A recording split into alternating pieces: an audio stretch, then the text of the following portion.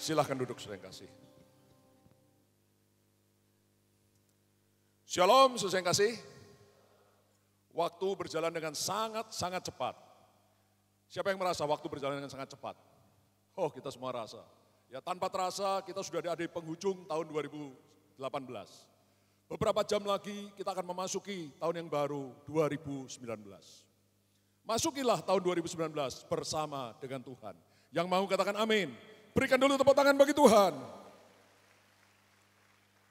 Hari ini judul khotbah saya adalah waktunya Tuhan. God's time. Waktunya Tuhan. Saudara, ada dua kata Yunani kuno yang dipakai untuk menjelaskan tentang waktu. Yang pertama adalah kronos. Kronos itu artinya urutan waktu. Sebagai contoh, hari ini tanggal 31 Desember tahun 2018. Sesuai urutan waktu, 1 tahun lagi, tanggal berapa? 31 Desember 2019. Itu waktu kronos, urutan waktu. Tetapi kata Yunani kuno yang kedua tentang waktu adalah kairos. Kairos adalah waktu untuk sesuatu terjadi. Waktu sesuatu yang khusus terjadi. Supaya tidak bingung, langsung aja kita lihat contohnya di dalam Pengkhotbah pasal 3 ayat 1 dan 2. Mari kita baca, 1, 2, 3. Untuk segala sesuatu ada masanya. Untuk apapun di bawah langit ada waktunya. Ada waktu untuk lahir, ada waktu untuk meninggal. Ada waktu untuk menanam, ada waktu untuk mencabut yang ditanam. Katakan, amin. Ini adalah waktu kairos. Waktu sesuatu yang khusus terjadi.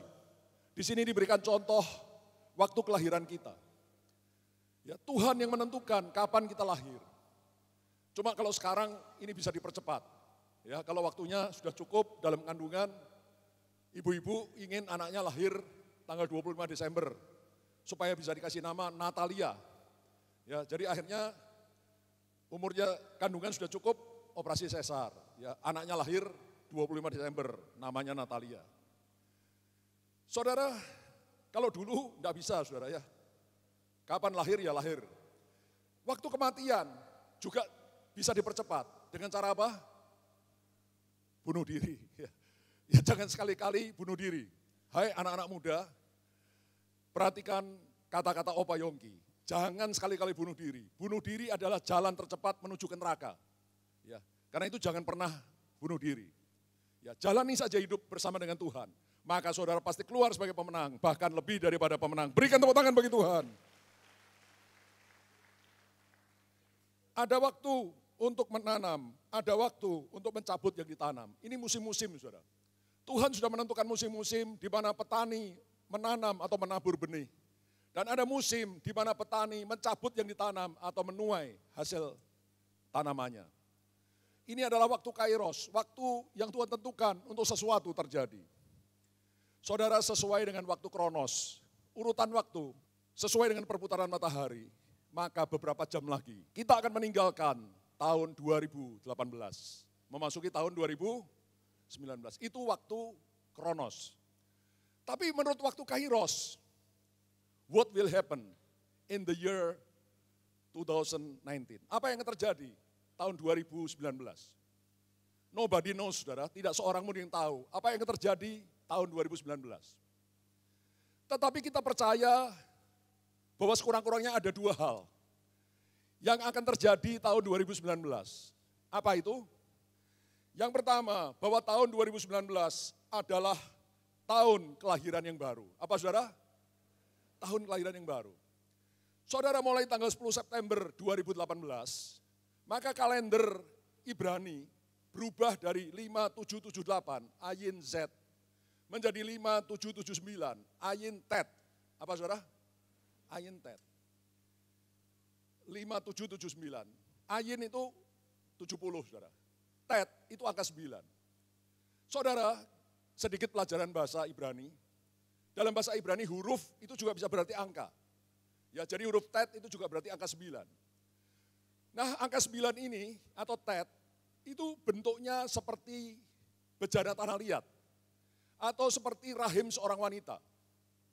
Itu sebabnya Gembala pembina kita Pak Niko mendapatkan bahwa tahun 2019 adalah tahun kelahiran yang baru. Kelahiran apa saja yang akan terjadi 2019? Yang pertama, kelahiran Pentakosta ketiga. Katakan Pentakosta ketiga.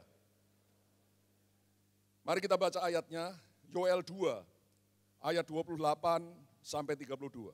Saya akan bacakan ayat 28, saudara bersama-sama baca 29, bergantian. Lalu ayat terakhir 32 kita baca bersama. Kemudian daripada itu akan terjadi, bahwa aku akan mencurahkan rohku ke atas semua manusia. Maka anak-anakmu laki-laki dan perempuan akan bernubuat. Orang-orangmu yang tua akan mendapat mimpi. Taruna-tarunamu akan mendapat penglihatan-penglihatan. Sama-sama.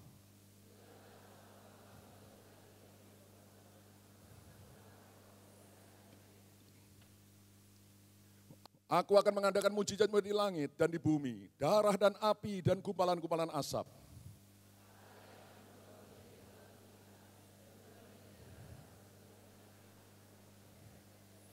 Sama-sama. Dan barang siapa yang berseru kepada nama Tuhan akan diselamatkan. Sebab di Gunung Sion dan di Yerusalem akan ada keselamatan. Seperti yang telah difirmankan Tuhan. Dan setiap orang yang dipanggil Tuhan akan termasuk orang-orang yang terlepas. Katakan, amin. Di dalam kitab Kisah Para Rasul, ketika hari Pentakosta pertama di mana Roh Kudus dicurahkan di kamar loteng Yerusalem, maka Rasul Petrus mengulangi nubuat Nabi Yoel ini. Kemudian daripada itu akan terjadi. Petrus mengutipnya dengan merubah sedikit. Dia berkata akan terjadi pada hari-hari terakhir. Jadi rupanya nubuat Nabi Yoel ini untuk hari-hari terakhir. Untuk saat-saat terakhir di mana kita hidup. Mulai dari kematian Tuhan Yesus sampai dengan saat ini. Sampai sebentar lagi Yesus datang untuk kedua kalinya. Ini hari-hari terakhir.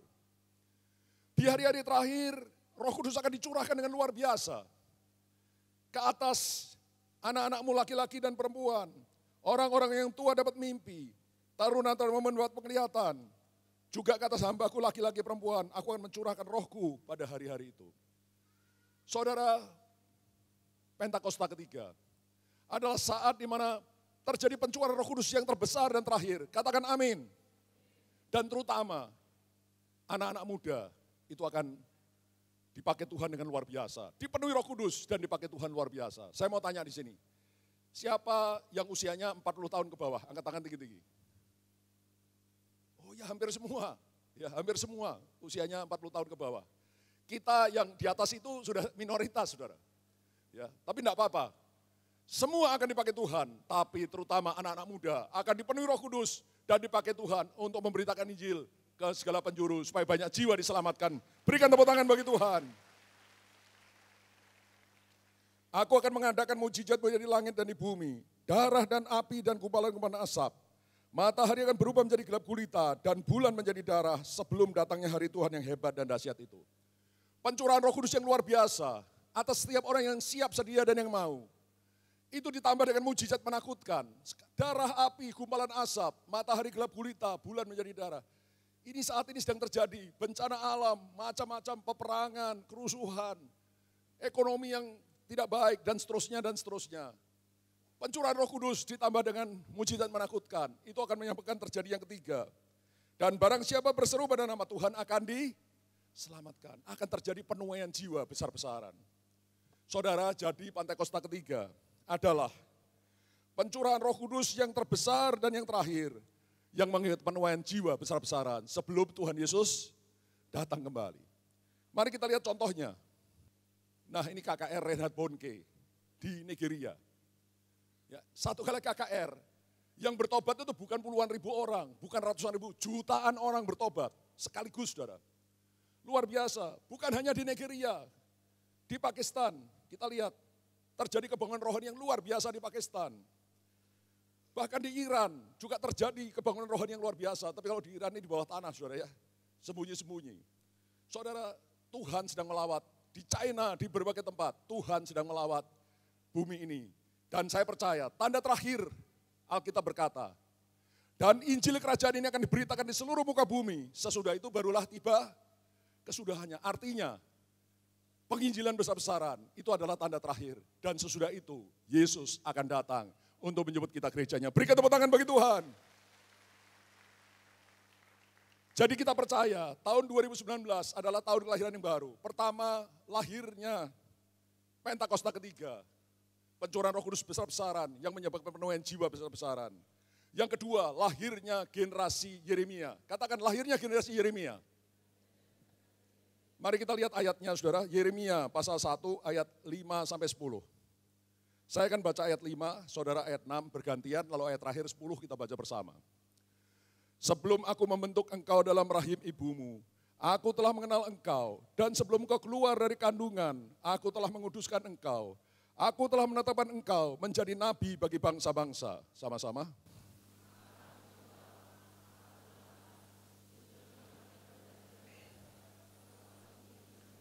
Tetapi Tuhan berfirman kepadaku, janganlah katakan, aku ini masih muda, tapi kepada siapapun engkau kuutus, haruslah engkau pergi, dan apapun yang kuperintahkan padamu, haruslah kau sampaikan.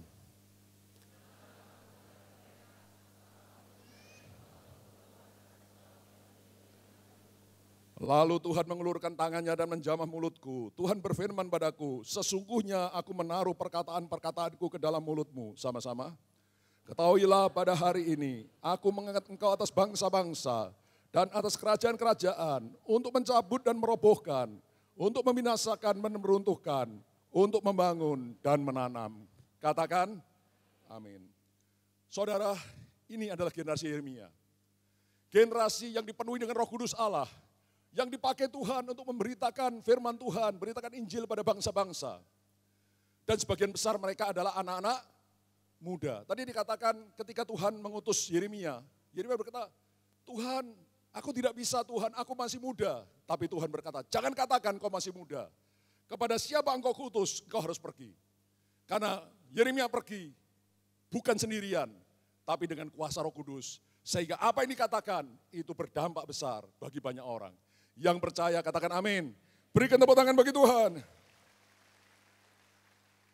Jadi generasi Yeremia adalah generasi yang diurapi Tuhan untuk membawa api kuasa Pentakosta ketiga. Sehingga terjadi perubahan radikal yang dimulai dari gereja Tuhan sendiri sampai kepada bangsa-bangsa. Siapa yang mau jadi generasi Yeremia yang dipakai Tuhan luar biasa? Katakan, saya harus berubah dulu. Baru saya membawa Injil pada bangsa-bangsa. Ya. Mari saudara, kita berubah. Ini hari-hari terakhir. Mari kita menjadi generasi Yeremia yang dipakai Tuhan luar biasa untuk memberitakan Injil sampai ke ujung bumi. Berikan tepuk tangan bagi Tuhan, haleluya. Jadi memasuki tahun 2019, menurut kairosnya Tuhan, waktunya Tuhan. Yang pertama kita percaya terjadi kelahiran yang baru. Tapi yang kedua kita percaya bahwa waktu kedatangan Tuhan sudah semakin dekat, sudah di ambang pintu. Tanda-tanda zaman sudah menunjukkan tidak lama lagi Tuhan akan segera datang menjemput kita gerejanya. Yang kudus, yang tidak bercacat celah. Saudara, ketika kita tahu Tuhan sudah hampir datang, maka apa yang harus kita lakukan? Yang harus kita lakukan adalah fokus memikirkan perkara yang di atas. Katakan fokus memikirkan perkara di atas. Saudara yang kekasih, mari kita lihat ayatnya. Kolose pasal 3, ayat 1 dan 2. Mari kita baca bersama, 1, 2, 3. Karena itu kalau kamu dibangkitkan bersama dengan Kristus, carilah perkara yang di atas, di mana Kristus ada, duduk di sebelah kanan Allah.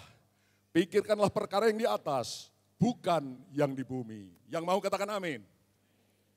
Saudara, bagaimana caranya memikirkan perkara di atas? Apakah kita bengong? Lihat-lihat ke atas, ngelamun terus, ya mikirkan yang di atas. Terus kita jalan di jalan raya, terus lihat ke atas, tiba-tiba bet, ya langsung sampai ke atas. Bukan begitu caranya saudara. Mikirkan perkara di atas, artinya apa yang kita katakan, apa yang akan kita kerjakan, apa akan kita lakukan, kita pikirkan, apakah itu berdampak untuk memuliakan nama Tuhan, atau justru memalukan nama Tuhan. Apakah itu berdampak bahwa Tuhan disenangkan atau justru Tuhan sedih karena melihat apa yang kita katakan, yang kita lakukan. Do you understand? Itu artinya memikirkan perkara di atas, jadi bukan ngelamun-ngelamun saudara. Memikirkan perkara di atas, itu juga artinya tujuan dan sasaran hidup kita hendaklah mencari dan melakukan hal-hal yang rohani, hal-hal yang kekal. Katakan amin. Ya di situ ada gambar lucu, saudara. Itu si Joni, ya sedang pakai kaca pembesar melihat jejak. Ya dia mengamati jejak, jejaknya menuju ke surga. Itu memikirkan perkara di atas. Apa yang kita lakukan, kita kerjakan, pikirkan apakah tujuannya itu hal yang kekal atau bukan. Saudara. Itu memikirkan perkara yang di atas. Do you understand? Tapi ada orang yang berkata begini, dan jumlahnya cukup banyak. Kalau saya memikirkan perkara di atas, maka I became a useless man or woman in this world. Kalau saya memikirkan perkara di atas, maka saya jadi orang yang tidak berguna di bumi ini. Karena cuma mikirin yang di atas, yang di bumi tidak dipikirin. Jadi orang yang useless, yang tidak berguna. Benar atau salah? Salah. Ya, jadi tidak bergunanya dicoret tidaknya. Kita jadi orang yang berguna, bahkan sangat berguna bagi dunia ini. Kenapa saya berani berkata demikian? Mari kita lihat ayatnya. Efesus pasal 5, pasal 6 ayat 5 sampai 7. Saya baca ayat 5, saudara ayat 6, lalu ayat 7 kita baca bersama. Hai hamba-hamba, taatilah Tuhanmu yang di dunia ini, dengan takut dan gentar, dan dengan tulus hati, sama seperti kamu taat pada Kristus. Sama-sama.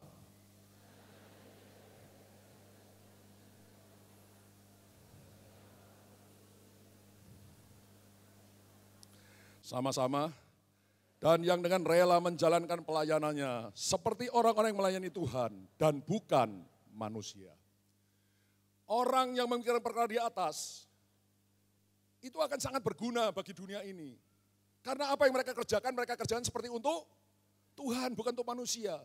Mereka melakukan dengan tulus hati, dengan segenap hati. Saudara, ayat ini, itu bicara pekerjaan sekuler. Pekerjaan apa? Itu bukan pekerjaan Tuhan, pelayanan Tuhan di gereja, saudara. Di ladang Tuhan. Ya kalau ini pelayanan di gereja, kalimatnya bukan, hai hamba-hamba, taatilah Tuhanmu yang di dunia ini. Tuhanmu yang di dunia itu menyatakan itu pekerjaan sekuler, saudara. Kalau ini bicara tentang pelayanan di gereja, hai saudara-saudara, taatilah pemimpin-pemimpinmu di gereja atau di jemaat. Akan seperti itu. Ini bicara melayani pekerjaan sekuler. Tuhan mengajarkan bahwa kita harus tulus dengan segenap hati. Melakukan tugas-tugas kita seperti untuk Tuhan, bukan untuk manusia. Artinya, we became the best. Became apa? The best. Kita menjadi yang terbaik. Kalau kita siswa terbaik, siswa teladan. Kalau kita mahasiswa terbaik, teladan.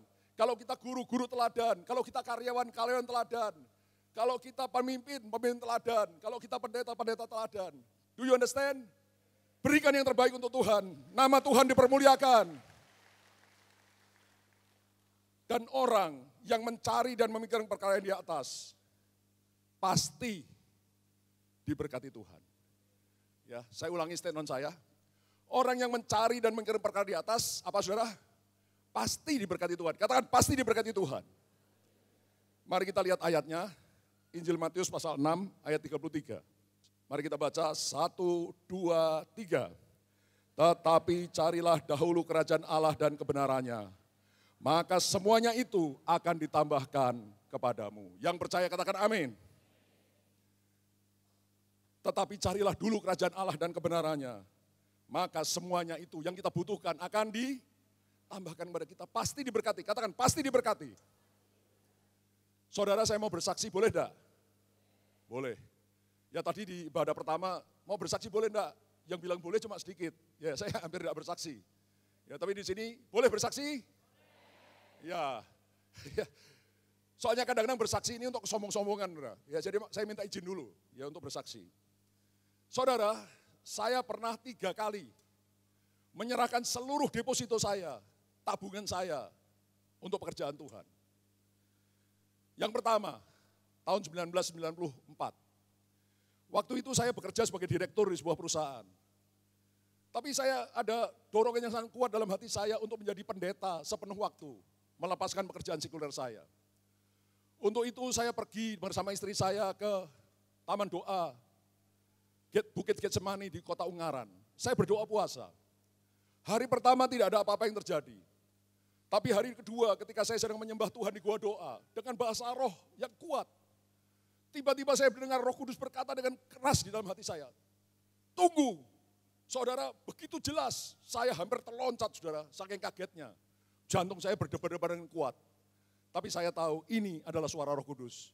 Jadi akhirnya saya bilang sama istri saya, sayang, kita pasti jadi full timer. Tapi belum sekarang, karena tunggu. Nah sementara menunggu, saya lakukan dua hal saudara. Yang pertama, pagi siang saya kerja di kantor, malamnya saya sekolah Alkitab. Yang kedua yang saya lakukan, saya ngumpulkan duit. Ngumpulin apa? Duit, doku, jien, dan sejenisnya. Kenapa saudara? Karena saya takut kekurangan uang. Waktu itu kedudukan saya sudah direktur saudara, gaji saya cukup lumayan. Saya berpikir kalau saya jadi pendeta sepenuh waktu, full timer, gaji saya akan merosot banyak. Ya, padahal anak-anak saya 3 orang, yang satu masih SD, yang kedua SMP, yang ketiga SMA atau sudah lulus saudara. Kami masih banyak butuh uang untuk anak-anak kami, membesarkan anak-anak kami.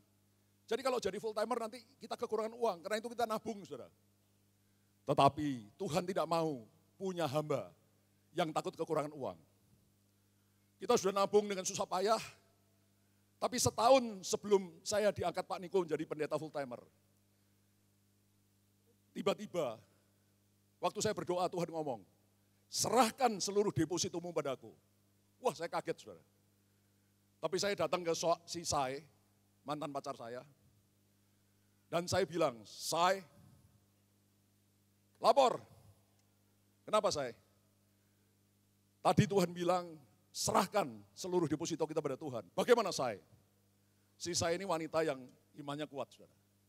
Si Sai bilang, kalau Tuhan yang suruh, serahkan.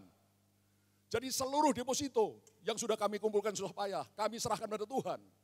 Ya waktu itu Tuhan suruh untuk penginjilan pendeta Morris Rolo. Ya, waktu itu pendeta Morris Rolo sering datang ke Indonesia, Tuhan bilang, serahkan untuk penginjilan Morris Rolo. Kami serahkan. No, kami tidak punya uang lagi, saudara. Kecuali yang ada di dompet saya. Ya. Yang lain kita sudah tidak punya saudara, karena ini masukkannya juga susah. Mungkin mesti diserahkan lagi nih. Ya, tapi apa yang terjadi saudara? Saya mendengar suara Tuhan bulan Juli tahun 1994. Saya diangkat Pak Niko menjadi pendeta full timer bulan Juli tahun 2001. Tepat 7 tahun, hanya tanggalnya beda sedikit.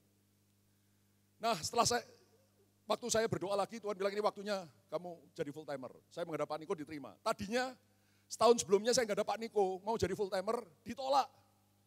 Pak Niko bilang gini, Pak Yongki, kalau Bapak dipecat dari pekerjaan atau bangkrut, saya terima Bapak jadi pendeta full timer. Waduh, ternyata saya bukan dipecat saudara, waktu itu saya direktur teknik. Saya justru diangkat jadi direktur penuh, jadi malah naik pangkat. Tapi setahun kemudian Tuhan bilang ini waktunya. Waktu saya doa puasa Tuhan bilang waktunya, jadi saya nggak ada Pak Niko lagi, langsung diterima. Langsung saya menghadap CEO saya, Chief Executive Officer, Presiden Direktur. Dan minta mengundurkan diri. Tahu-tahu CEO saya berkata, Yongki, you hitung pesangon you. Saya kaget sudah, saya protes. Ini saya kalau pikir-pikir ini agak bodoh-bodoh sudah. Mau dikasih duit kok protes. Yongki, you hitung pasangan you. Saya bilang, Pak, saya ini tidak dipecat, Pak. Saya ini mengundurkan diri keinginan sendiri. Kan biasanya tidak dapat pesangon. Apalagi barusan saya ketemu sama Pak Sony Baplau. Pak Sony bilang, direktur kalau mengundurkan diri tidak dapat pesangon sama sekali. Ya. Tapi bos saya bilang, tidak apa-apa, nanti saya bantu. Saya terima pesangon, 3,5 kali lipat deposito yang saya serahkan bagi Tuhan. Berikan tepuk tangan bagi Tuhan. Tetapi saudara, saya kasih tahu saudara, ikut Tuhan itu asik-asik ngeri. Apa-apa asik-asik ngeri, itu benar saudara. Waktu gedung GBI Kamboja ini mau dibangun, untuk kedua kalinya Tuhan bilang sama saya, serahkan seluruh depositomu padaku. Dengan seizin sisai, seluruh deposito kami serahkan sama Tuhan, kembali nol. Kami ngumpulkan uang lagi. Tapi ketika taman doa rumah pengorbanan mulai dibangun, untuk ketiga kalinya Tuhan bilang, serahkan seluruh deposito padamu. Kami serahkan lagi, kembali jadi nol. Tapi Tuhan selalu baik. Berikan tepuk tangan dulu. Saudara, sampai detik ini kami berani bersaksi. Kami tidak pernah kekurangan uang. Apa yang kami butuhkan, Tuhan selalu cukupi. Orang yang mencari dulu kerajaan Allah dan kebenarannya, maka semua yang lain pasti Tuhan cukupkan. Berikan tepuk tangan bagi Tuhan. Dan yang terakhir, orang yang mencari kerajaan Allah dan memikirkan perkara di atas, pasti dipermuliakan Tuhan pada waktu Yesus datang. Yang percaya katakan amin. Mari kita baca ayatnya. Kolose pasal 3 ayat 4. Mari kita baca 1, 2, 3. Apabila Kristus yang adalah hidup kita menyatakan diri kelak, kamu pun akan menyatakan diri bersama dengan Dia dalam kemuliaan. Kalau sebentar lagi Yesus datang, di awan-awan dengan segala kemuliaannya, menyatakan diri. Maka kita yang mati dalam Kristus akan lebih dahulu bangkit mengenakan tubuh kemuliaan. Yang masih hidup akan mengenakan tubuh kemuliaan. Sejak itu kita menjadi sempurna seperti Bapa di surga sempurna. Tidak bisa berdosa lagi. Lalu kita rapture menyongsong Tuhan di angkasa. Masuk surga, menikah. Yesus mempelai pria, kita mempelai wanita. Dan setelah itu kita akan memerintah sebagai raja. Berapa lama? Selama-lamanya. Berikan tepuk tangan bagi Tuhan. Kesimpulan khotbah hari ini adalah memasuki tahun 2019 akan terjadi kelahiran Pentakosta ketiga. Roh Kudus dicurahkan luar biasa dan generasi Yeremia yang dipakai Tuhan luar biasa dengan tanda ajaib, tanda mujizat, tanda heran itu akan dibangkitkan Tuhan. Saya berdoa semua di sini menjadi generasi Yeremia. Yang mau katakan amin. Dan kedua, kita tahu kedatangan Tuhan sudah semakin dekat, sudah di ambang pintu. Biarlah kita lebih fokus memikirkan perkara di atas. Orang yang memikirkan perkara di atas, di bumi dia sangat berguna. Dan di bumi dia diberkati Tuhan dengan luar biasa. Dan sesudah hidup ini, dia akan berbahagia, dipermuliakan bersama Tuhan Yesus berapa lama? Selama-lamanya. Berikan tepuk tangan bagi Tuhan.